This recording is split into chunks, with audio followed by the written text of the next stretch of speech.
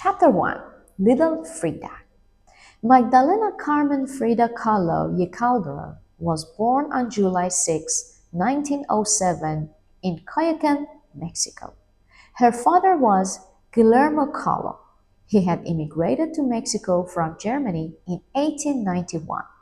Her mother was Matilda Calderon y Gonzalez. She was Mexican and her family was descended from American Indian and Spanish blood.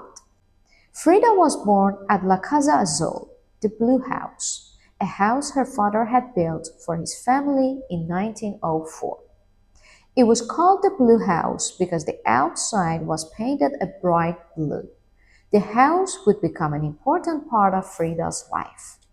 Frida's father had several jobs after he moved to Mexico, but when he married Frida's mother, she talked him into becoming a photographer, which was what her own father had been.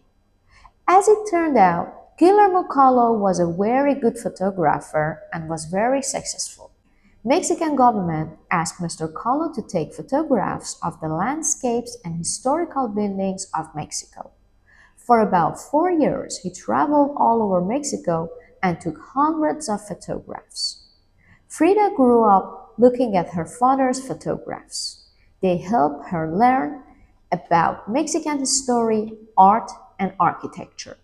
But Frida wasn't just curious to learn about the history, art, and architecture of the country she was born in. She also wanted to learn about nature and science.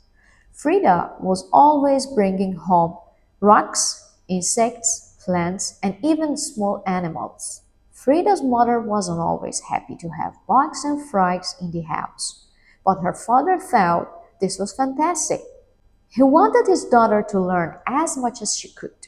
Frida had 3 sisters, Matilda and Adrina, who were older, and Christina, who was younger. But Frida was definitely her father's favorite. He thought Frida was the smartest and the most like him. Frida's father liked to paint when he wasn't busy taking photographs. He sometimes took Frida with him when he traveled to the countryside to paint. Frida would watch her father use his paints and brushes. When Frida was 6 years old, she caught a serious disease called polio.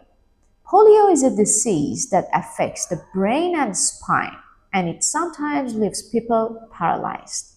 Frida survived polio, but it took a long time for her to get better. She had to stay in her room at the Blue House for almost 9 months.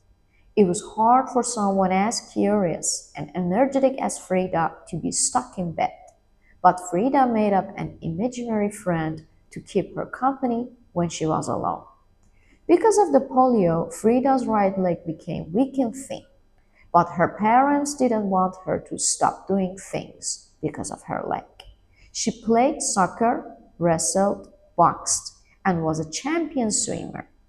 These were all things that girls didn't usually do in Mexico in the early 1900s. Even with all the exercise, Frida's leg did not grow stronger.